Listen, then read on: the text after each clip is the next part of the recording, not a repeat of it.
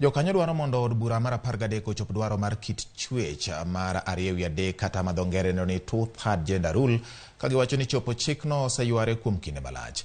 Jakom riwruok mar JLAC George Murugara omedo ni loko chenro mamoko e chikno biro konye mondo mi ochop kare.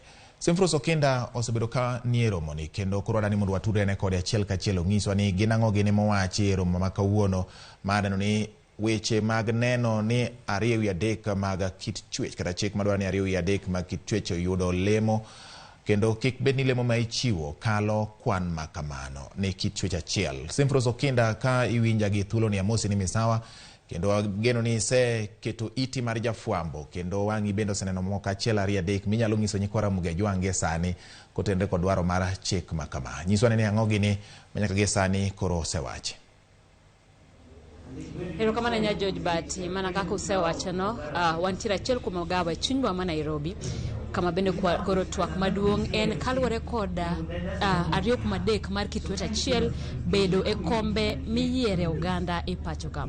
Kaka wang'eyo kaluwore kod pen chik mar 2010 ma pachoka nochiwo thuolo ne joma mine kaachiel kod joma chuo mar mondo mi obed maromre. Magi e kombe moyier to ke od buche kende nyaka kombe mamoko mag sirikal.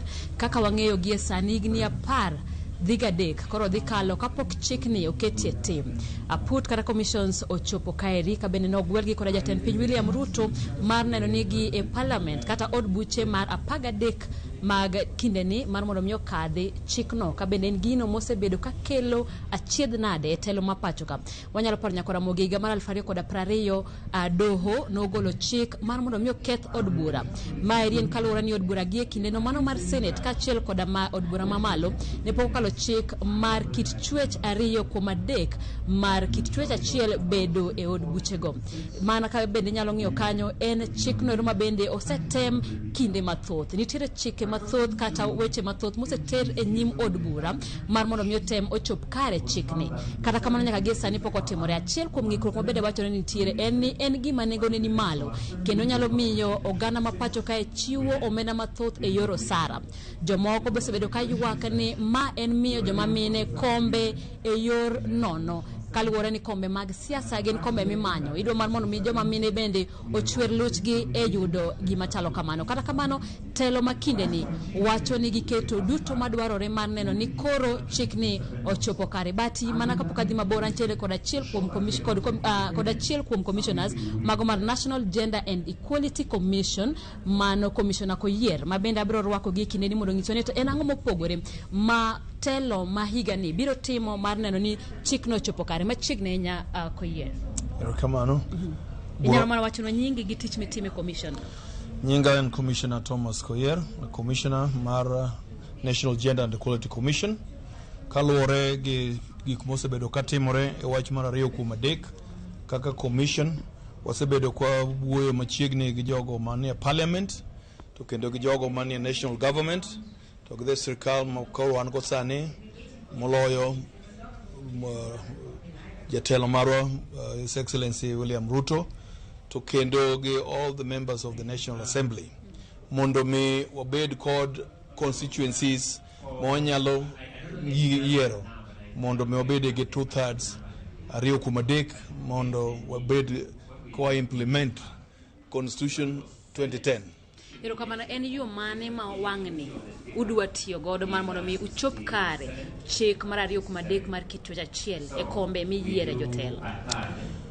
Kaluwore gi strategy ma wan go en ni wadwano mondo wabed gi machiegni gi jogo duto moyiere parliament to kendo gi jogo duto mag ombulu my county kendo gi national government mondo mi wapuonjre ber mar keto ji kanyakla nikech kamine ni kanyakla mwayudo 2/3 mag jotelo Kenya biro bedo maber. Kinde duto kata ko igni gi duto setem mar mondo ochop kare ang'o mopogore matelo masani pango timo? Gimopogore sani wayudo kaluwore gi jogo mosewuoyo godo members mag parliament ji nigi hamu ahinya mondo mi ji duto ma Kenya ka obed 2/3 magi obed joma mine. Kwaneno kaka mine participate kaka joma tindo bende participate waneno ka pogruok ntiere nikech members of parliament oyie to kendo sirikal msani wan godo jogo ma oyierte neno ni constitution mosebedo go mar 2010 weche mar 2 nyaka wang' ne obed godo e parliament mar 13.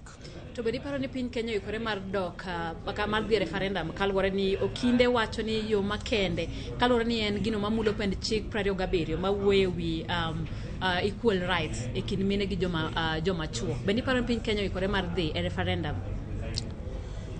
Kaluwore gi gima notimore ka Chief Justice to gi advice manotim mondo parliament obed dissolve, jo Kenya oseng'eyo ni gima nowachi ka Chief Justice nochiwo that advisory en chik man wakalo dwaro ni mondo 2 nyaka bedi, to chik no ero ema pud biro tiyo, omiyo wanyalo kawo legislative measures gi jo parliament mondo gigo timre, kendo jo parliament nyalo time kaluwore gi constitution masani. Manyiso ni ok ochuno nyaka wadhi e referendum kata ombulu mar paro. Kaluwore gi articles mang'eny mantiere mar constitution, nitiere away ma joma nyalo bedo parliament nyalo bedo gi chike legislation minyal keti mondo obed gi 2/3. Mana ka watieko un gi thuolo maromo nade kaluwore koda bet maru gi jomutwak godo, uparo ni gini nyalo kawo thuolo maromo nade mondo mi ochop kare?